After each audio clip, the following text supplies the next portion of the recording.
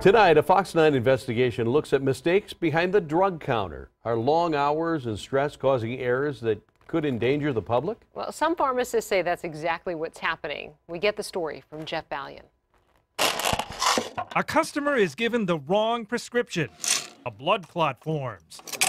A paralyzing stroke happens. The damage is permanent. Usually, this is the part of the story where we introduce you to the victim. But in this case, we can't. A confidentiality agreement prevents him from talking about it publicly. Turns out, this story has a lot of secrets. How often do errors happen? Do we know? We do not know with certainty. What state regulators can say is this. Drugstores are filling more prescriptions than ever. At some locations, as many as 800 a day. Volume makes up for lower reimbursements from insurance. It's not uncommon for some pharmacists to work 14 hours straight. What's that a recipe for? Disaster. And you know what? Everyone knows that this is obvious. Lila Olland is able to speak freely now that she's retired. The Fox 9 investigators contacted her after reviewing a file we obtained from the State Pharmacy Board. She was among dozens of pharmacists who wrote the board to share concerns about their working conditions. Chaos in the pharmacy, busy.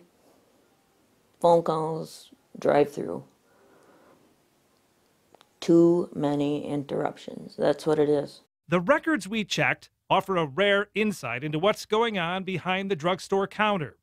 14-hour days with no breaks are extremely exhausting and lead to errors, wrote one pharmacist. From another, there is no question that fatigue becomes a problem. It all adds up, say insiders, to the likelihood of more mistakes happening. We are getting more complaints than we've ever received. When Cody Weiberg joined the pharmacy board more than a decade ago, consumers filed maybe 100 complaints a year. Now he says the number has nearly tripled. But we also know for every complaint that we get, there are many more errors that occur that are never reported to us. On occasion, the state has fined a drugstore for giving a medication to the wrong patient. But regulators really have no idea when errors happen unless someone registers a formal complaint with the pharmacy board. That's because drugstores are not required to report that data.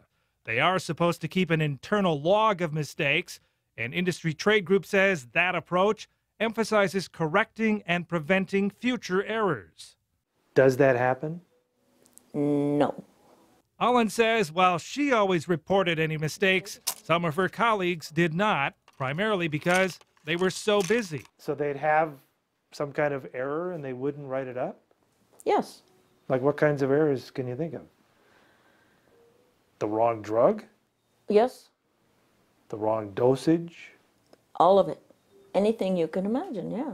When mistakes cause serious injury or even death, the cases are often settled out of court with a clause that no one can talk about it. They don't want the general public to know of a problem.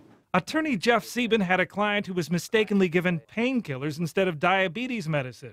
It impaired his driving, causing a crash and injury. Is this a big, well-known drug chain that you were dealing with? It was. Yep. Under terms of the settlement, he can't disclose the name. Druggists are supposed to discuss every new prescription with the customer. It's a way to prevent errors by confirming the medication in the bag is appropriate for what ails you. Are the consults not happening like they're supposed to? How can they? When you have one pharmacist. I mean, they are supposed to, and people will say they are doing it. But it's the one thing I think that gets put by the wayside. We asked the National Association of Chain Drugstores for an interview about errors.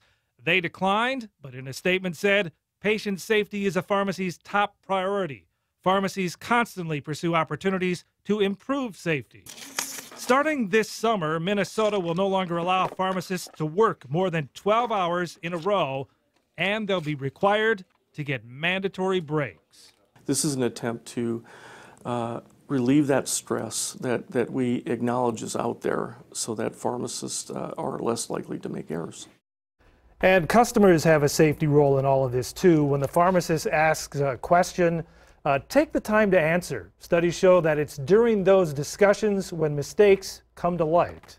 And you mentioned that these consults are pretty much required on all new prescriptions. Can a pharmacy not do them, and does anybody find out? Well, they can get in trouble. In fact, the state regulators say that is one of the main reasons why a pharmacist might be disciplined.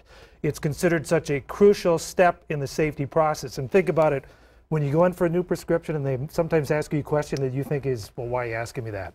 And they ask, like, do you know what this is for? And your response is, well, it's because of high blood pressure. They ask those questions because they want to make sure that the drug they have coincides with that ailment. If it doesn't, obviously there's been a mix-up. And they always provide some fine print there on the packaging too that you All should the side pay effects and attention everything, to. yeah. Yeah. So discussion is good.